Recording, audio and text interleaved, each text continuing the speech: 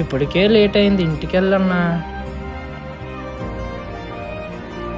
సరే అన్న, ఇప్పటికే లేట్ అయింది, నేను ఇంటికి వెళ్ళాలి. ఇరా ఇంకా ఎక్కడ ఉన్నావా?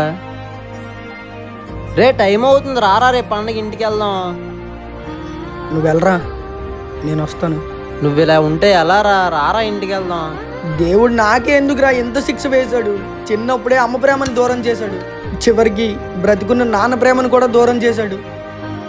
ప్రేమ అనేది బాధల్ని దూరం చేస్తుంది అంటారు, కానీ ఆ ప్రేమ కోసమే ప్రతిరోజు బాధపడుతున్నా.